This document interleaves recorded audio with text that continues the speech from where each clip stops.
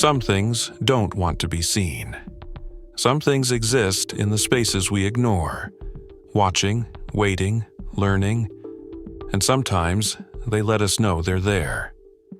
It started as a faint sound, barely a whisper on the edge of my hearing, but what I thought was a trick of the mind became a waking nightmare.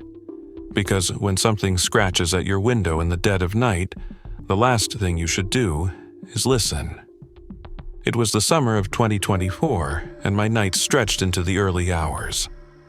I had fallen into a routine, waking around noon, staying up past midnight, and somewhere in between, taking my usual late-night trip to the bathroom. Most nights, I wore headphones, drowning out the world. My home was old, nearly a century. Its wooden floors creaking with age, its walls heavy with history. I knew every sound it made, or at least I thought I did. One night, as I stepped inside, my music abruptly cut off. A glitch, I thought. It happens sometimes. I placed my headphones on the counter and turned on the sink. That's when I heard it. A faint, almost imperceptible scratching. I froze. The sound came from the window, but when I turned to look, silence. Outside, there were no trees, no branches that could brush against the glass. Just an empty stretch of road, and something unseen.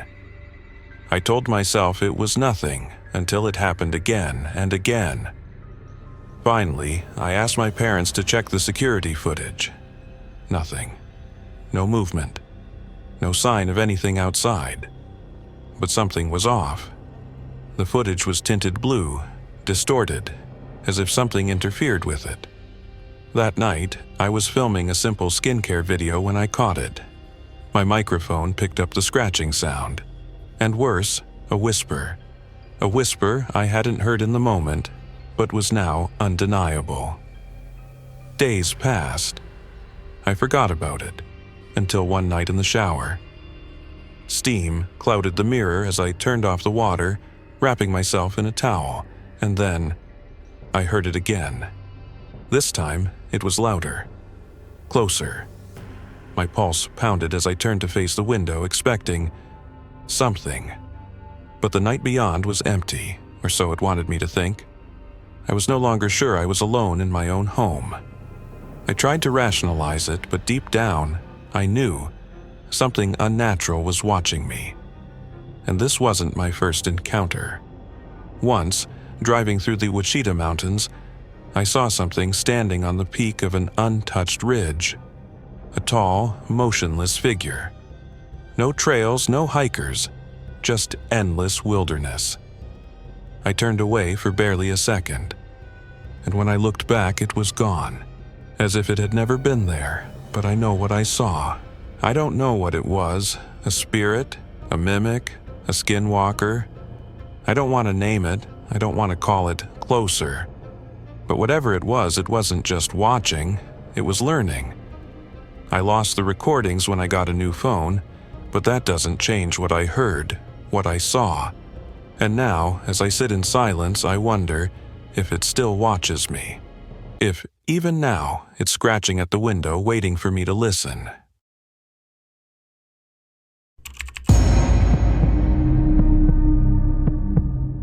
Some nightmares don't end when you wake up. They follow you. They watch you. They wait. I never believed in the supernatural. Never thought the darkness could hold something real.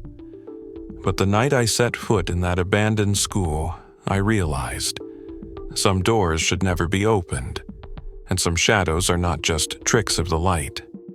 It started as a dare, a reckless adventure fueled by curiosity and boredom.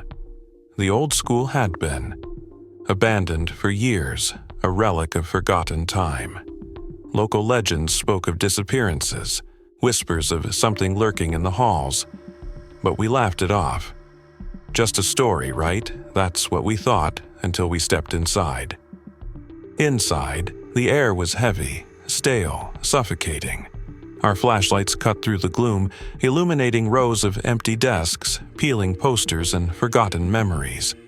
Then, a sound, a whisper, A shuffle. We froze. The room had been empty just moments before, but now something felt wrong. Then we heard it. A door slamming down the hall, followed by hurried footsteps. Not ours, not human. We ran. Desks scraped across the floor behind us as if unseen hands were pushing them aside. Panic set in. Every door we tried was locked. And then we saw them. We found the basement door, our only way out. But when we reached it, we hesitated. The stench of damp decay wafted up from the darkness below. It felt like a trap, but the footsteps behind us left no choice. We plunged into the abyss, the air turning ice cold as we descended. The basement was worse than we imagined. Rows of old desks covered in dust, like an abandoned classroom hidden beneath the school. But we weren't alone. Shadowy figures lined the walls, motionless, watching. Then one moved. The silence shattered as an inhuman screech filled the air, and the figures lunged forward. We didn't look back. We ran up the stairs through the halls, bursting out into the night. But something was wrong. The school, it looked different. The windows were unbroken, the paint fresh. And then we saw it. Students walking inside, their faces eerily familiar. One of them turned, and it was me. We thought we escaped. We thought we had outrun whatever lurked inside. But as I watched my own reflection staring back, I realized we never left.